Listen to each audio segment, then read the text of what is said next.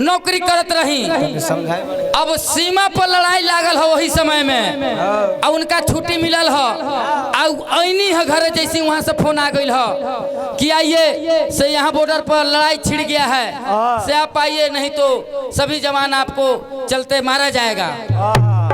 अब वो वीर रहले, जैसे ही सुन ले कि हमारे भारत में लड़ाई छिड़ गई है बॉर्डर पर, तो उस पाक वाले पाकिस्तानों के मार के भगा देंगे। अब ई बेचारा लेके बंदूक तैयार भनी हो जाए खातिर सीमा पर, तो मौगी पीछे से कहतिया का कहतिया हो अरे कि सीमा पर जई हो पिया, हाय हाय आर गोलिया चलई हो, देख हटई हो न राजा। अरे कि सीमा पर जई हो पिया,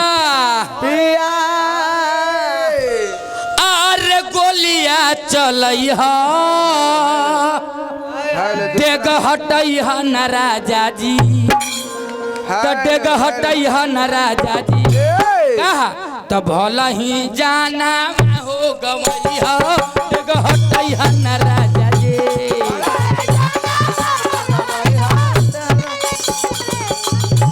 भला ही जाना हो गवई हो, देख हटई हो न राजा जी।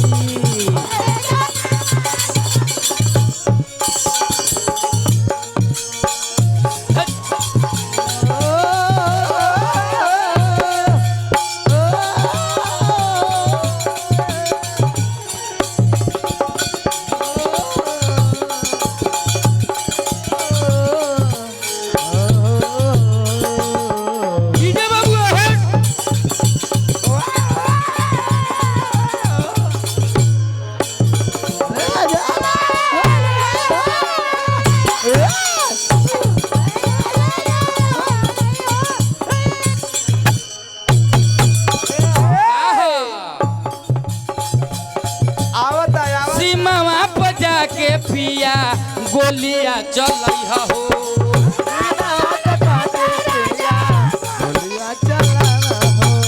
सीमा पर जाके पिया गोलिया चलई हो।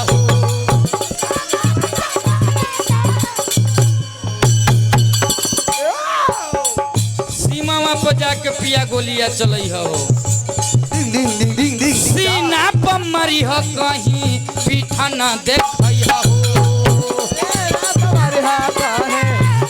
ना देखई हो, सीना पर मरी हो कहीं पीठा न देखई हो।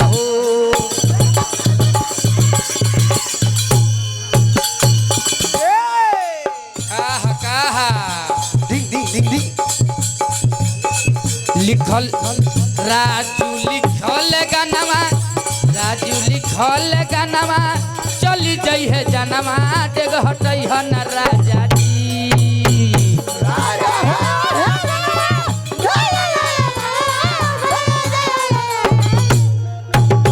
राजू जी लिखल गानवा, चली जई है जनवा, देख हटई हो न राजा जी, देख हटई हो न राजा जी। तो भला ही जानवा हो गवई हो, देख हटई हो न राजा,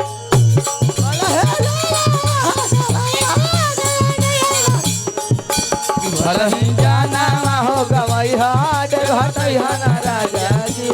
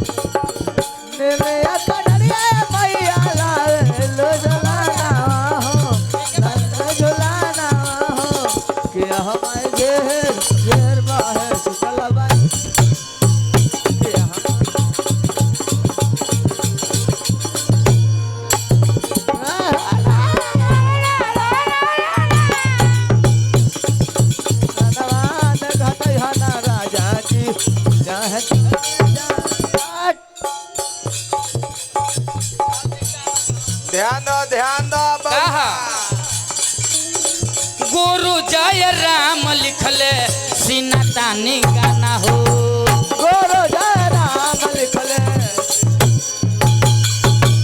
गुरु जय राम लिखले सीना तानी गाना हो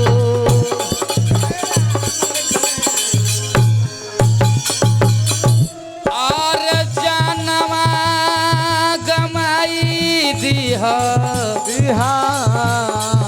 बेगना हटाना हो जानवा गमाई दीह बेगना हटाना हो जानवा कमाई दिहा गाना हटाना जानवा गवाई दीह बेगना हटाना हो जानवा कमाई दिहा गाना हटाना हो गाक डांट टूट कहे गाक डांट टूट कहे जाई जाई जनवा डेग हटैह न राजा गाक डांट टूट कहे गाक डांट टूट कहे लिखल अपन गनवा डेग हटैह न राजा डेग हटैह न राजा जी भलही जानवा गवैह डेग हटैह चल बबुआ।